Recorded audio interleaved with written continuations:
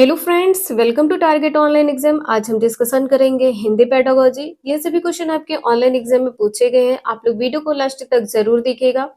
आप लोग यहाँ पर देख सकते हैं कि किस प्रकार के क्वेश्चन आपके एग्जाम में रिसेंट ही पूछे गए हैं। इसी प्रकार के क्वेश्चन आपके आगामी एग्जाम में पूछे जाएंगे, तो आप लोग वीडियो को स्किप मत करिएगा। अभी तक आप लोगों ने चैनल सब्सक्राइब नहीं किया है तो चैनल सब्सक्राइब करके बेल आइकन प्रेस कर लीजिएगा।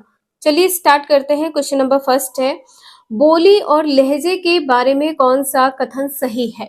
बोली क्या होती है और लहजा क्या होता है। बोली का संबंध होता है आपकी भाषा से, और जो लहजा होता है वो आपका तरीका होता है। बोली वास्तविक भाषा से संबंध रखती है, जबकि लहजा भाषा कैसे बोली जा रही है उस तरीके से संबंधित है। या लहजा वास्तविक भाषा है। अभी आपको बताया है कि जो बोली होती है ये आपकी वास्तविक भाषा होती है, जबकि बोली भाषा बोलने के तरीके से संबंधित है। ये अपोजिट पॉइंट है। बी आंसर इसका यहाँ पर गलत है। लहजा एक ही भाषा के विविध रूप है।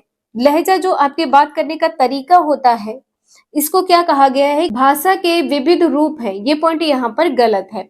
बोली किसी व्यक्ति विशेष के उच्चारण का तरीका, यहाँ पर क्या कहा है कि उच्चारण का तरीका है। ये भी पॉइंट गलत है। ए आंसर इसका यहाँ पर सही है। बोली क्या होती है, जो बोली होती है ये आपके वास्तविक भाषा से संबंध होता है। लहजा क्या होता है, लहजा जो है भाषा किस प्रकार से आप बोल रहे हैं से संबंधित होता है। आपके बोलने का तरीका जो होता है उसको लहजा कहते हैं। नेक्स्ट है, निपुण भारत मिशन का उद्देश्य एक ऐसे लक्ष्य के रूप में सुनिश्चित किया गया है जिसे वर्ष 2026-2027 तक पूरा करना है।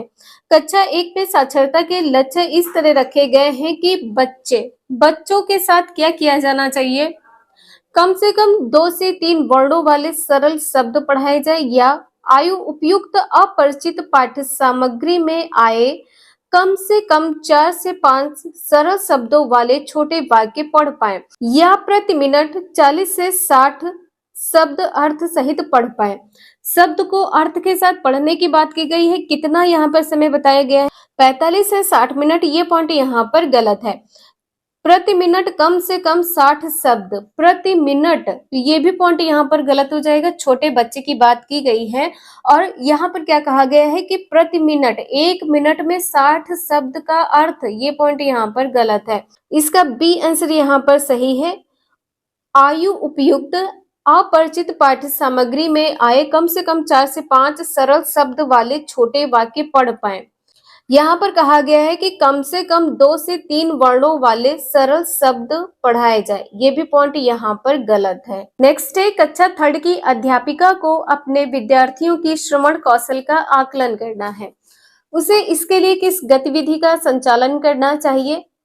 पढ़ी गई सामग्री से शब्दों का अर्थ बताने के लिए कहना। जो विद्यार्थी के पास सामग्री है उससे शब्दों का अर्थ बताने के लिए आप कहेंगे, ये पॉइंट गलत हो जाएगा। सुनी गई कहानी पर चित्र बनाने के लिए कहना, या विद्यार्थी को 4 से 5 वाक्यों में स्वयं का परिचय देने के लिए कहना।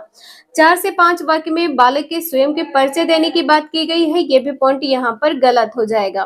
दिए गए चित्र का 3 वाक्यों में वर्णन करने के लिए कहना। ये भी पॉइंट यहाँ पर गलत है। बी आंसर यहाँ पर सही है।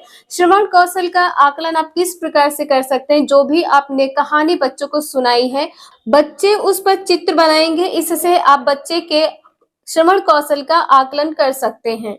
नेक्स्ट है, एक बालिका अपनी पसंद की कहानी की पुस्तक पढ़ रही है। इस प्रकार के पठन को क्या कहेंगे। अपनी पसंद की कहानी की पुस्तक पढ़ रही है, बारीकी से पठन करना, गहन पठन है, सरसरी तौर पर पठन है, या विस्तृत पठन है। जब कोई अपनी पसंद की कहानी या पुस्तक पढ़ता है तो आपका आंसर यहाँ पर क्या सही हो जाएगा, विस्तृत पठन। ठीक है, आपका आंसर यहाँ पर डी सही हो जाएगा, विस्तृत पठन। नेक्स्ट है, कक्षा 4 की अध्यापिका प्रक्रिया आधारित लेखन उपागम का प्रयोग कर रही है। लेखन पूर्व गतिविधि के दौरान वह किस युक्ति का अनुसरण कर सकती है। मानस मंथन, जिसे ब्रेनस्टॉर्मिंग कहते हैं, समीक्षा करना, संपादन, पुनरावृत्ति। तो देखिए यहाँ पर पुनरावृत्ति नहीं होगा, संपादन भी नहीं होगा और समीक्षा भी नहीं होगा। इसका ए आंसर यहाँ पर सही हो जाएगा, मानस मंथन। नेक्स्ट है कक्षा थर्ड की अध्यापिका अपने विद्यार्थियों के साथ पठन बोध पर कार्य कर रही है। पठन मतलब पढ़ने पर कार्य कर रही है। वह किस युक्ति का अनुसरण कर सकती है? पाठ में पढ़े गए कठिन शब्दों का श्रुत लेख करवाना। प्राइमरी की बात की गई है, इससे भी आप लोग ध्यान रखिएगा। ठीक है, छोटे बच्चे की बात की गई है। श्रुत लेख लिखवाएंगे, राइटिंग लिखवाएंगे, ये पॉइंट यहाँ पर गलत है। पढ़ी गई पाठ्य सामग्री पर आधारित प्रश्न पूछना या पढ़ी गई पाठ्य सामग्री में आए कठिन शब्दों के अर्थ याद करवाना। कठिन शब्दों के अर्थ को याद करवाना और लिखवाना, ये भी पॉइंट यहाँ पर गलत है। पाठ्य सामग्री पढ़ने के दौरान सामने आ रहे संज्ञा शब्द को रेखांकित करने के लिए कहना। संज्ञा शब्द को रेखांकित करने के लिए कहना, यह भी पॉइंट यहाँ पर गलत है। बी आंसर इसका यहाँ पर सही है। पढ़ी गई पाठ्य सामग्री पर आधारित प्रश्न पूछना। नेक्स्ट है एक पठन संबंधी गतिविधि जिसमें शिक्षार्थी पाठ्य सामग्री के विभिन्न हिस्सों को सुनते और पढ़ते हैं। तत्पश्चात कार्य को पूरा करने के लिए सूचनाओं का आदान प्रदान करते हैं। यह क्या कहलाएगी? यह क्या कहलाएगी? इसका आंसर यहाँ पर क्या होगा? प्रवाह के साथ पाठ्य सामग्री, प्रवाह के साथ श्रुत लेख है, या डम्बसिराड है, या जिगसॉ श्रुत लेख है। इसका आंसर यहाँ पर डी सी हो जाएगा। जिगसॉ श्रुत लेख है। एक पठन संबंधी गतिविधि होती है जिसमें शिक्षार्थी पाठ्य सामग्री के विभिन्न हिस्सों को सुनते और पढ़ते हैं और इसके पश्चात कार्य को पूरा करने के लिए सूचनाओं का आदान प्रदान करते हैं। ये क्या कहलाती है? जिगसॉ श्रुत लेख कहलाती है। नेक्स्ट है भारत सरकार द्वारा शुरू किए गए कार्यक्रम निपुण भारत मिशन का मुख्य केंद्र भाषा में बुनियादी कौशल को मजबूत करना है। इसका पूरा नाम क्या है? निपुण का पूरा नाम बताना है, क्या है? NIPUN। तो इसका फुल फॉर्म आप लोग लिख लीजिएगा। आपके एग्जाम में क्वेश्चन फुल फॉर्म से पूछे जाते हैं। ADHD से पूछा गया था और दूसरा निपुण से भी पूछा गया है।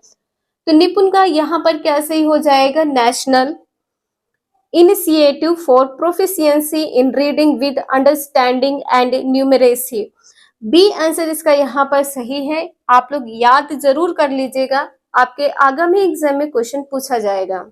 नेक्स्ट है एक शिक्षार्थी ने अध्यापक द्वारा दिए गए भाषा कार्य को अपने सहपाठी या वयस्क की मदद से पूरा करना है।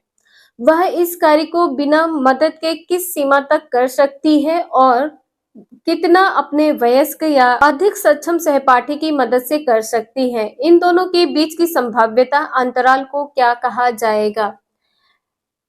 यहाँ पर कहा गया है कि कार्य को बिना किसी के मदद की किस सीमा तक कर सकती है और साथ में ये भी कहा गया है कि कितना अपने वयस्क या अधिक सक्षम सहपाठी की मदद से कर सकती है। तो इन दोनों के बीच में जो ये अंतराल होता है इसको क्या कहते हैं?